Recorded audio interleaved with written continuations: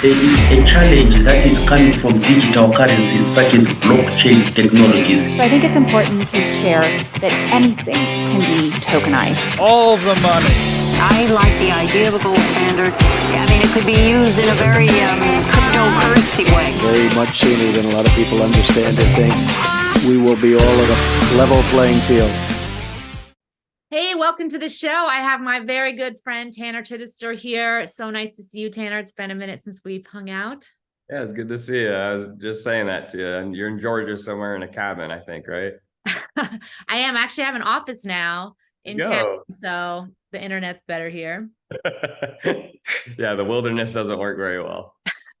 And for those of you who don't know me, previous to this particular podcast, I used to work with Tanner in his business, and we've actually go back even before that as friends. We've both been coaches in the business coaching world for a while. And Tanner's business is one of the most well-run coaching businesses I've ever seen. And I know that with certainty because I've seen behind the scenes and worked there and was a part of it. So Tanner, thank you so much for coming to talk with me about how to scale a business. Yeah, I'm excited, and thank you for the very kind compliment. I appreciate that. So before we get into the idea of scaling something, let's catch everybody up. Like, how did you get to where you are now, where you have this very kind of efficient coaching business? What's the backstory?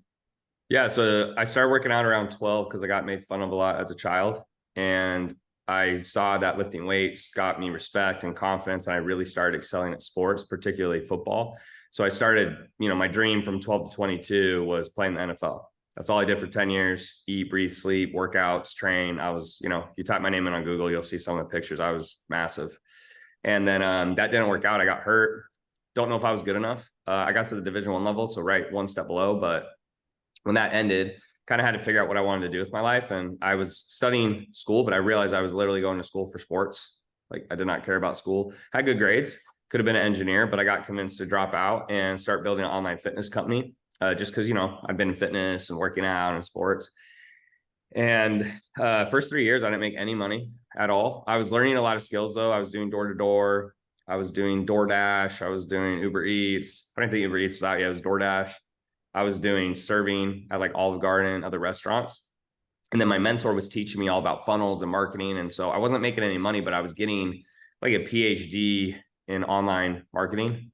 And then at 25, I saw an ad on Facebook. I was just about to go back to school. Like, I was this close to quitting my jobs and like, hey, I need to go back to school. I'm tired of being a loser, And I saw an ad about building an online fitness company, clicked on it, got on the phone, gave them all the money I had like $2,000 to my name, put the rest on a credit card.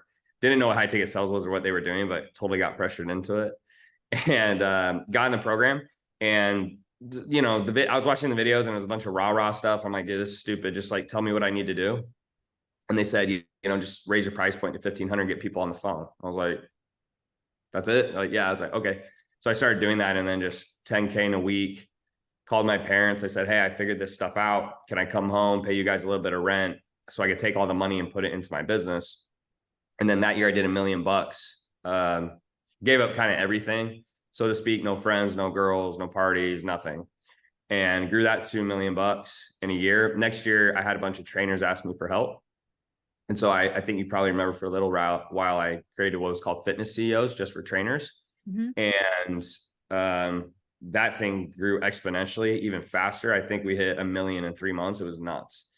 And in terms of total revenue, and that year we did 10 million overall. It was nuts, crazy.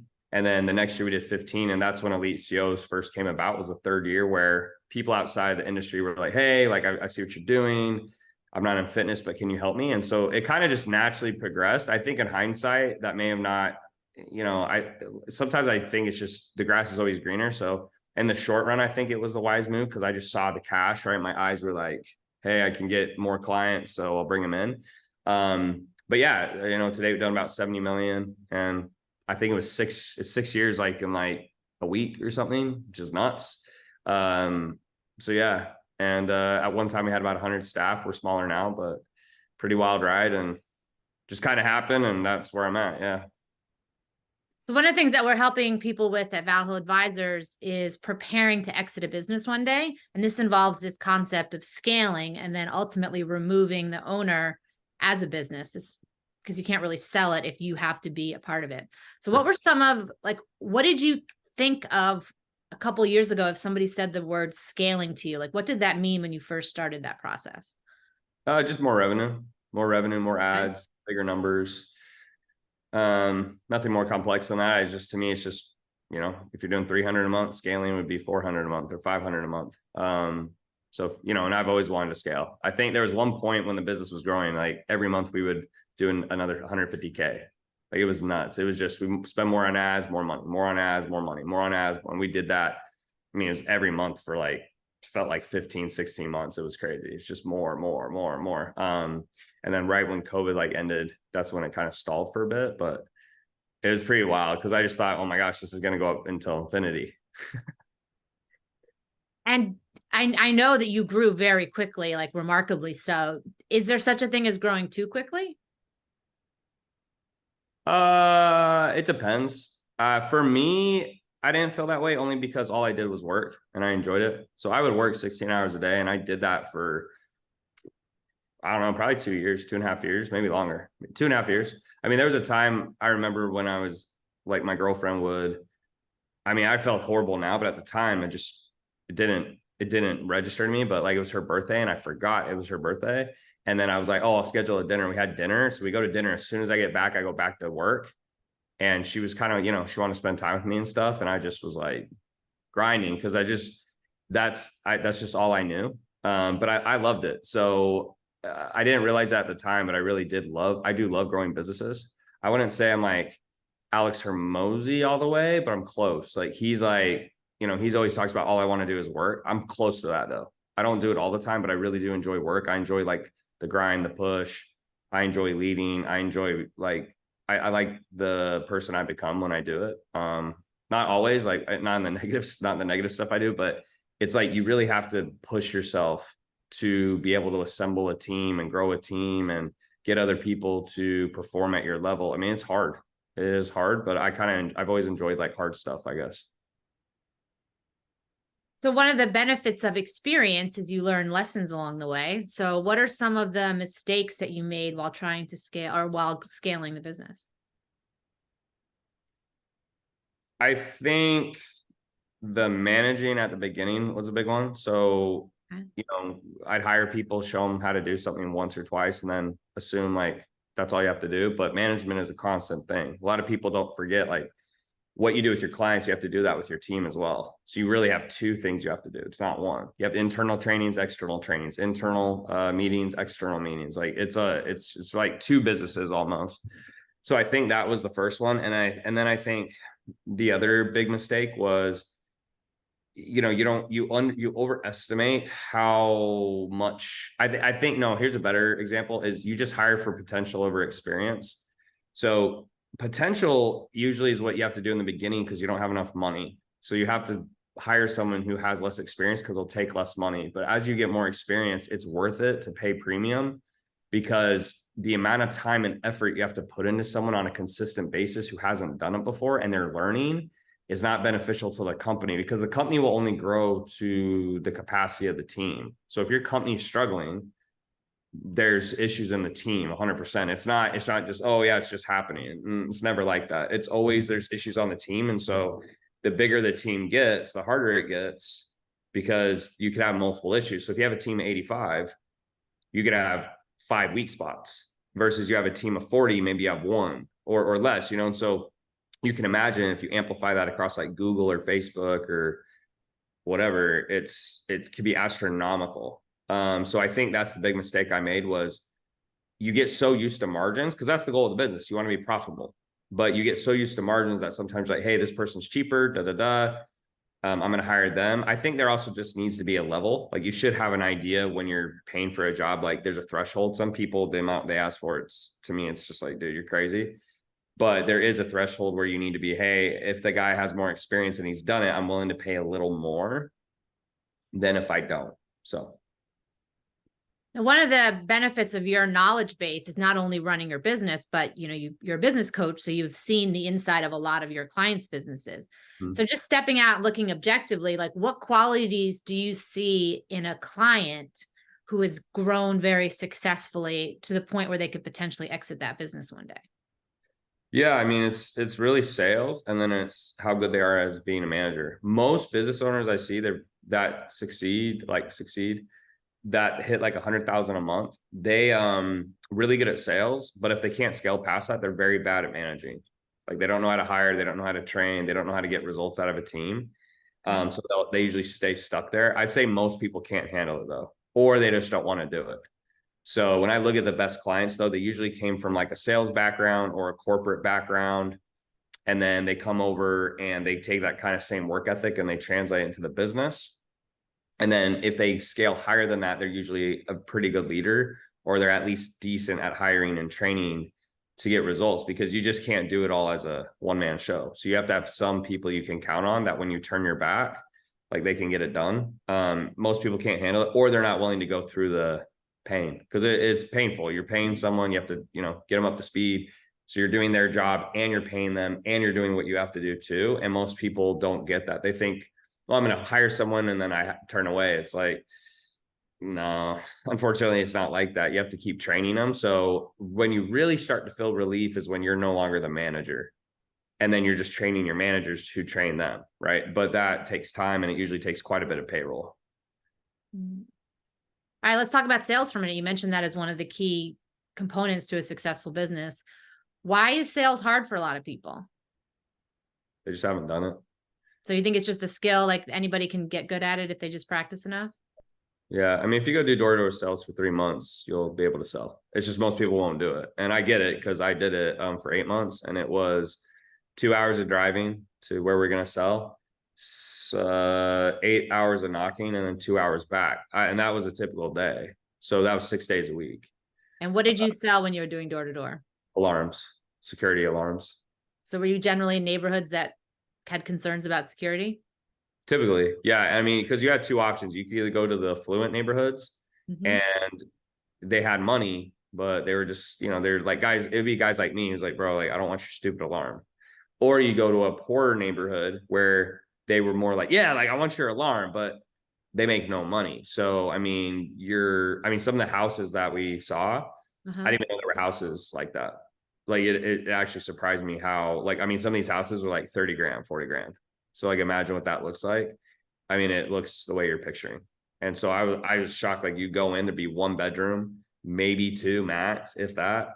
And it was like mostly wood, it seemed like.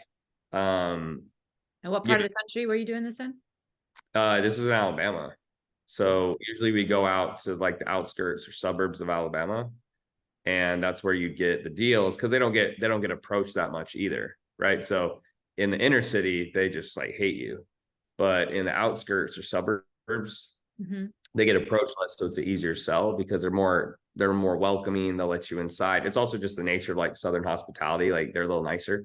You go farther north, I mean, it can get brutal just because, you're uninvited knocking on their door. They don't like it. If you can sell that, you can sell anything. So I think when I started doing high ticket sales and business, it was easy for me. But not a lot of businesses, especially coaching businesses, have leaders who excel at sales. Like, why do you think that is the case? Honestly, I mean, I'll probably be wrong, but I would say 80% of the businesses I see that do very well have a good leader who's good at sales. Okay. Every time I've appointed someone who's not good at sales to be a leader, it's not good, because they can't drive revenue, and that ultimately is the job of the leader. If you can't get your leader to drive revenue, no one else is going to drive it. So I'm sure I know there's companies out there who probably do that or whatnot, but I think it's rare and in between, and more than likely it'd probably be like a Fortune 500 possibly, where they have a huge staff. I just think when you're a small business owner, if you can't drive sales, good luck. Because I mean, there's just so much that means. It means you can't drive revenue. You can't convince people to work for you. You can't help people make more money because you don't know how. You can't train your team on upgrades and re-signs. I mean, it's a huge detriment to the business. It's a huge issue. And I agree. Like, if sales is the most critical department in a company, because if you're not bringing in money, then nothing else really matters. And if the leader can't teach the sales team how to successfully sell the offer, how is the sales team supposed to know how to do that? Right. Because, yeah, and I agree. So that's typically the issue I see is, I mean, even one of our divisions is elite closers, and we'll place reps, and the business owners are hoping the reps will sell better than them. And I'm like, I mean, yeah, man, good luck with that. Sometimes they can if they're super experienced, but it's rare. It's very rare that you can expect your sales team to outsell the owner. And most of the guys I know, most of the friends I have who have big companies, they excel at sales. That's just how, because that's where you start. You start as a one-man show and you build up. So you can't build up if you can't close anything. Now, I know one of the things you focused on, at least when I was working with you, was profit margins. Why do you think profit margins are so good in a coaching business versus some other types of businesses? Because you're virtually selling air, right? It's information, so there's no cost. Okay. It can also depend on the amount of ads. I mean, the really only cost you have in an info business is marketing. So what you'll see typically is if the business has really good organic traffic, they can scale at 60-70% margin, extremely high. If they have more paid ads, it's lower, but even at scale, if you're doing 3 million a month and you're doing 30 to 40% profit, most like product businesses are 10%. I mean, most big VC companies make no profit. I mean, there's companies valued at $4 billion who lose $2 million a month. It makes no sense to me. My company is not valued at 4 billion, but makes way more than negative 2 million a month. So it's interesting, but I think the biggest thing is you're selling air, right? I mean, it's information, so it's air. As soon as you get it, it doesn't take anything to create it. And then it depends on how much organic traffic. So even if you're spending a lot of ads like I did, at scale, you can be 30-40%. And if you're smaller, you can be 60 to 70%. So if you're making 100 grand a month and you're taking home 60-70 G's, that's not normal for most businesses. Most brick and mortars are taking home 5 to 10. So they do 100,000, they're taking home 5 grand. I mean, I wouldn't even run a company for that. It's so much work for nothing. That's not even worth it to me personally. So if somebody's watching this and is sort of in the earlier stages of building their business and their goal is to eventually sell it, to exit it, sounds like one thing they need to get really good at is sales. What are some other things that person would need to focus on getting good at? I mean, really the other thing that would help the most is like just how good the product is. Something I've really learned from the info business, and it's kind of come full circle to me, is I always would wonder why most of the info companies, they peak around 2 to 3 mil max. You don't really see anyone get above that, very rarely. And if they are, you mean? A month, correct. Okay. And if they are above that, they're typically not a pure info company. They're doing some other could be like a done for you service or whatever else. But if you're just talking like pure done with you consulting, right? Info, they very rarely get above 2. And even if they do, they have massive organic traffic. So like someone would there's a guy named Imparts. He has like a 4 million sub YouTube. It's like, that's not a good representation.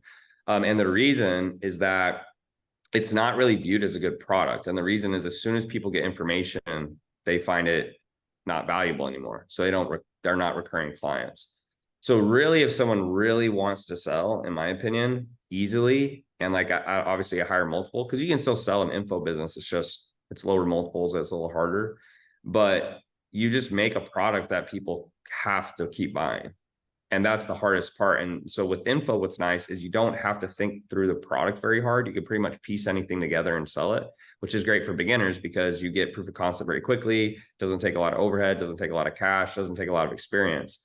But as I've gotten more experience and I've talked to, more fluent individuals, that's more the direction I want to start heading is what can I create day one that is just so good that if I deliver it, people just will not cancel and they'll refer people consistently. And the only way to do that is you have to build something that gets the same result for everyone. And so another issue with info businesses, it's not an issue, it's just like understanding. But if Jill's a 1, John's a 5, Jack's a 10, Jill will say this is the worst thing she's ever done.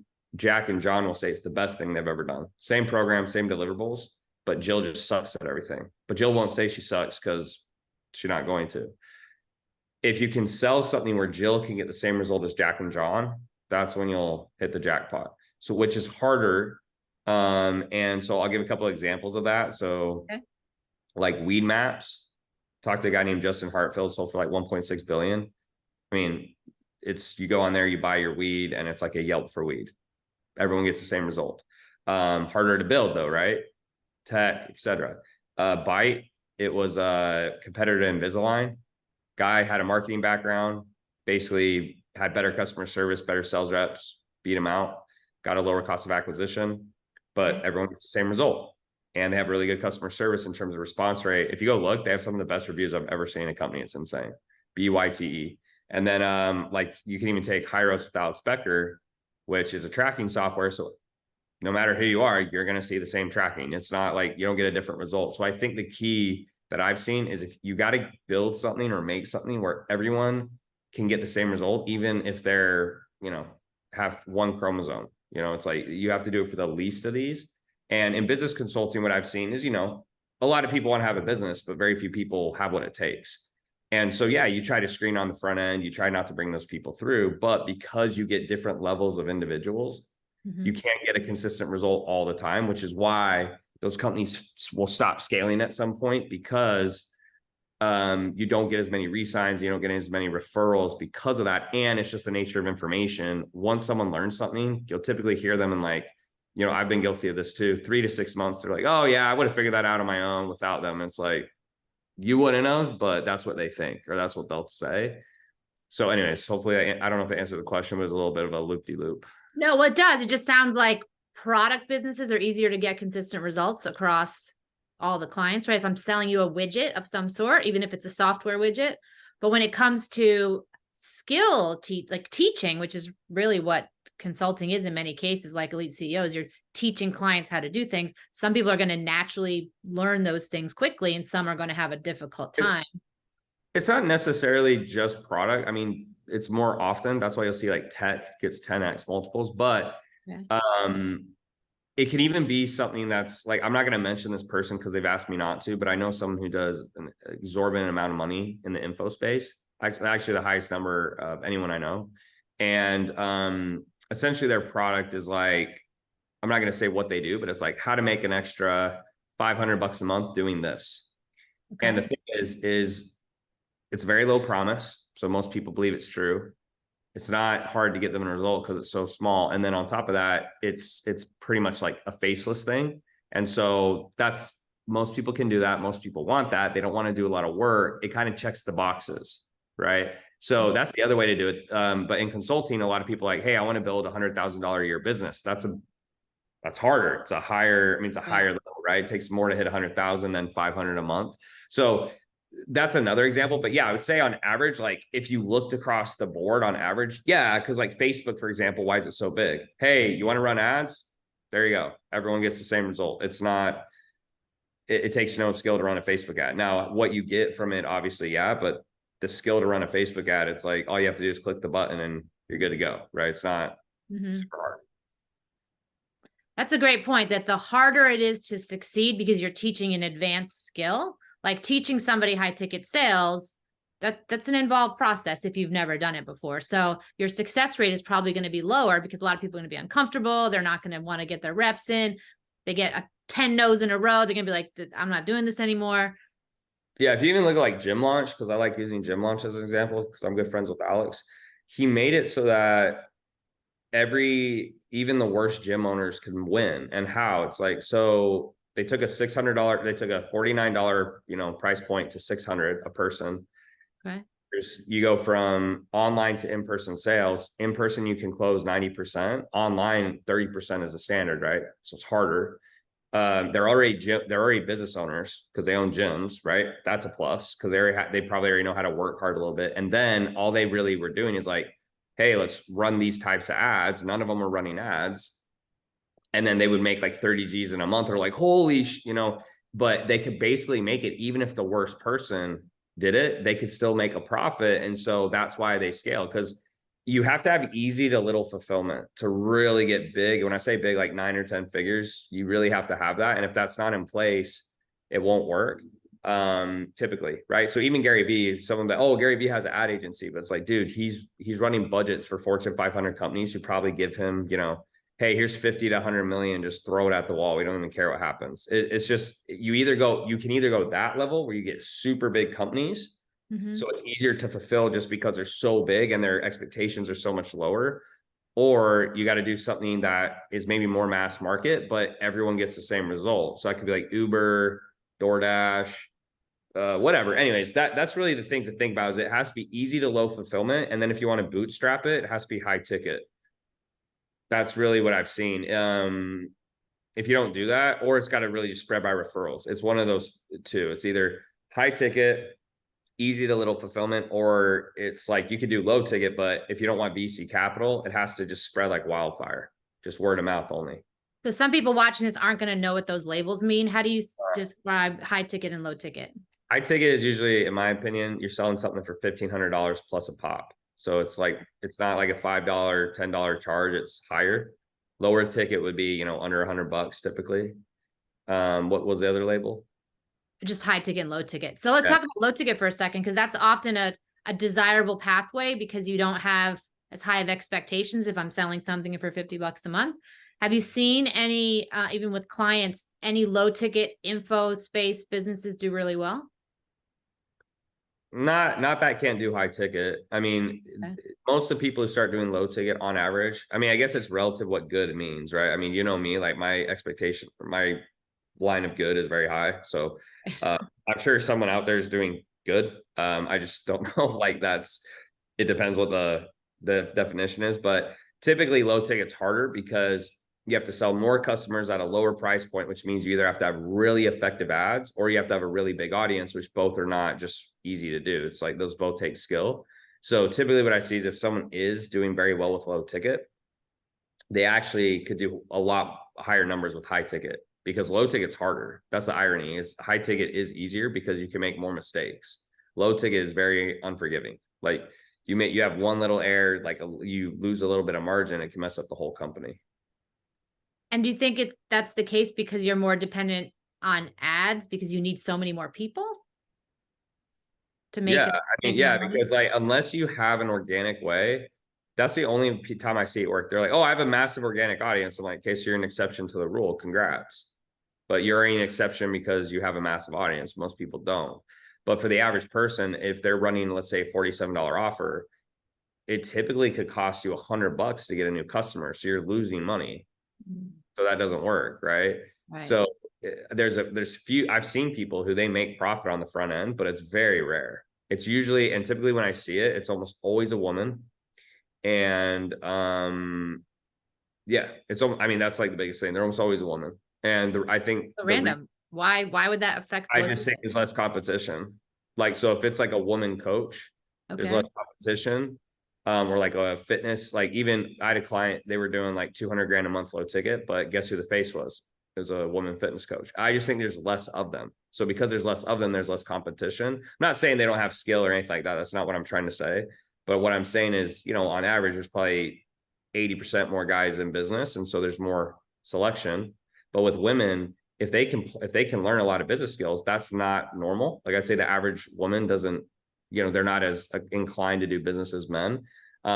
That's like what I've seen a lot, is like almost every time I meet someone who has successful low ticket funnels, almost always it's a woman. And I'm not, I'm sure there's guys out there too, but it's just on average, that's what I see. Like, yeah, like I run a low ticket funnel, it's super profitable. And I'm like, what do you sell? And they're like, oh, I sell this. I'm like, that is so wild. Like that would not work for me at all. Definitely not. I don't know how you're pulling that off. And that's really the only correlation I could come up with. I'm sure there's others. And they're super skilled, obviously, but my assumption is there's less competition. And so because there's less competition, women are more likely to buy from women, men are more likely to buy from men on average. I think that's probably what it is. So if you had an offer that was sort of a blue ocean type offer where you weren't really in a competitive space, do you think you have more options in terms of low ticket or high ticket? Yeah, definitely. I mean, it's always easier when it's less competitive. I mean, the coaching space is super competitive. It's gotten even more competitive over the last couple of years. I think it's like at this peak of competitiveness right now. Like, it's just like I see ads every 3 slots on Facebook, just like more leads, more calls, more sales, whatever. So yeah, I mean, the upside of an industry that's easy to start is you don't have to have a lot of skill and you can start as a newbie. The downside is it's easier to compete. That's another reason like why tech will get a higher multiple, because it's harder to start, because you have to get it developers or you have to develop it yourself. And then, you know, you got to start selling. It's just more skill. It's just way more skill involved versus like, hey, I'm going to start a coaching business today. I mean, you could start it today and start selling it. It doesn't, you know, you don't even have to create the product first. You could sell it and then be like, hey, we'll start next week, and you create it after you sell it. That's the craziest part about coaching. Now, I know you've played around with building software apps. Like, how was that experience for you? First experience didn't go well, but I think, you know, that's to be expected. I asked him to build something too big. So think of like, I was like, hey, go high level by yourself.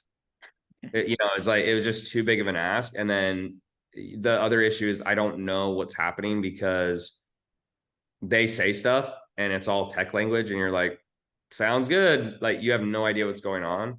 Okay. And then I think the other part is not setting milestones. So if I were to do it again, or I had advice for people, either make it so they have to build it and then you pay them, right? Something like that, or do milestones. So, because what'll happen is like, you have no clue what's going on.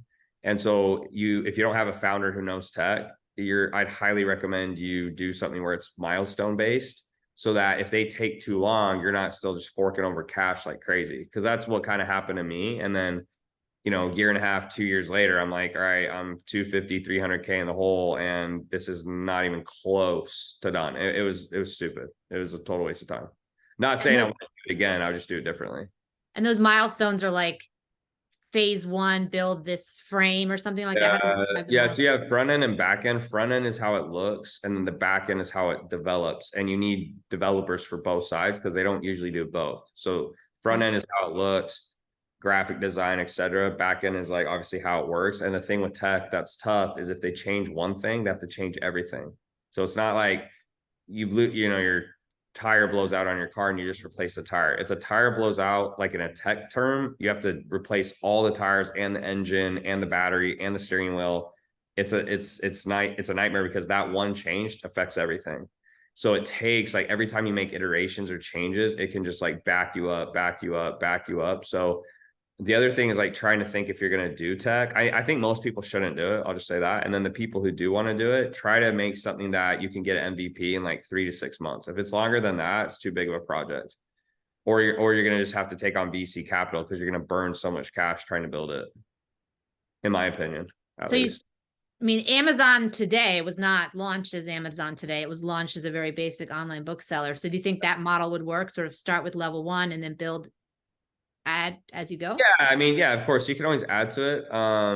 You can always add to stuff, but I don't even think Jeff Bezos knew what he was going to do with Amazon day one. I'm sure it just kind of happened. I don't know if that could happen again, because that's kind of like when the internet started, but yeah, essentially you could. But it's also, another thing is you can just niche down. A lot of times you don't have to create something new, but like for example, Active Campaign is an email software. Mm-hmm. So there was one called ConvertKit. I think it sold for like 200 million, and it was just email software for bloggers.